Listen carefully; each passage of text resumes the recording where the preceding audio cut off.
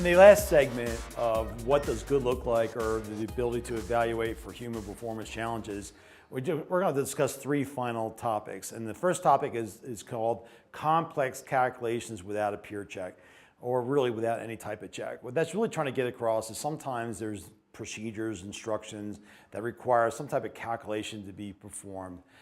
There's always a very high rate of error there. It only takes one push of a button on a calculator to actually throw off the whole calc.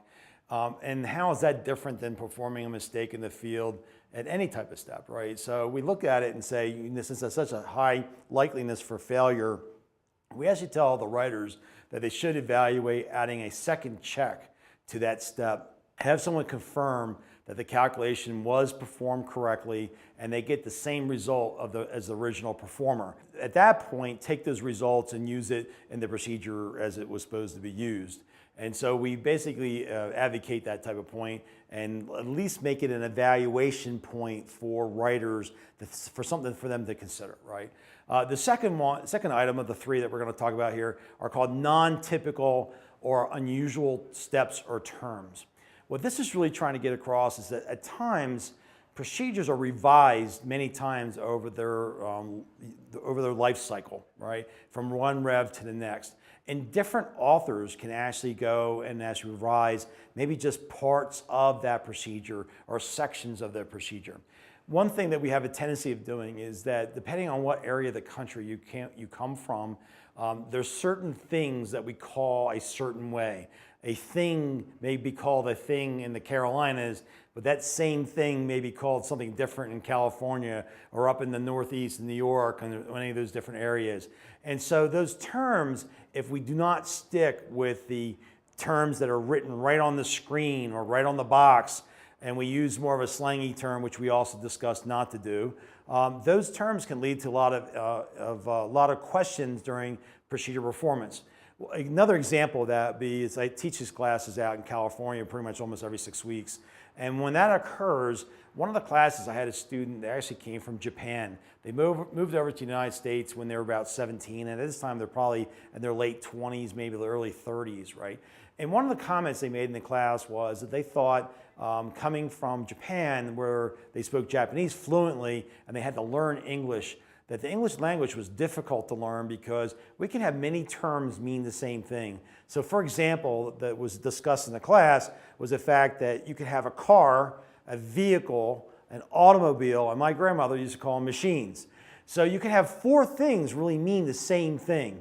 So one of the things that we try to press upon the writers is as they're developing a procedure, they need to really understand what terms have been used consistently through the document. So even though it may not be a word that they normally would choose in their presentation of the step, that they want to basically go back through, find out what has been used consistently and stick with that word.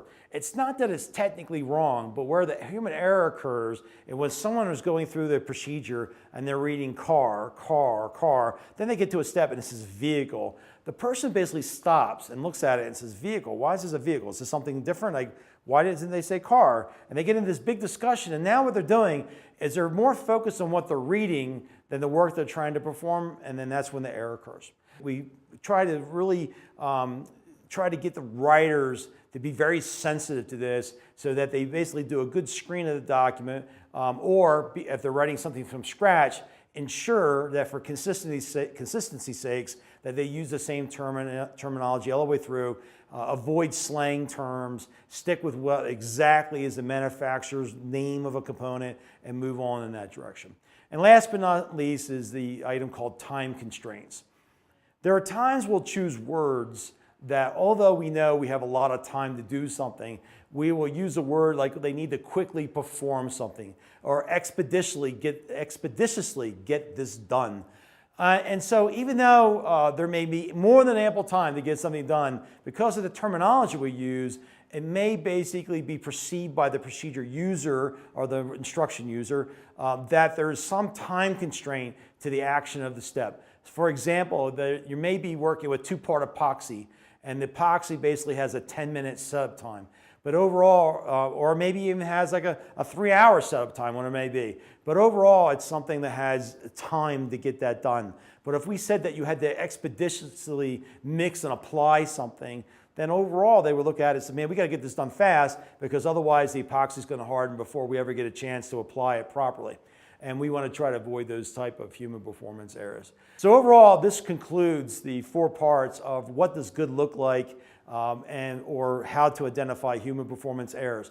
This was intended to be a very high level topic discussion, more or less than what we try to get into very specifics in the class. Along with, we provide many examples from documents where we have from industry examples that the students all analyze, and they try to actually identify in the steps that we provide them of these 18 things, what is it that is wrong with those steps. If you're at a particular plant and we actually perform the training as a service for you specifically at that location, we actually ask for copies of the documents ahead of time, and we actually go through and screen these documents and use them in the class so that they have a they're more related to by the people in the class. And we hope overall you enjoyed this. Again, thank you very much.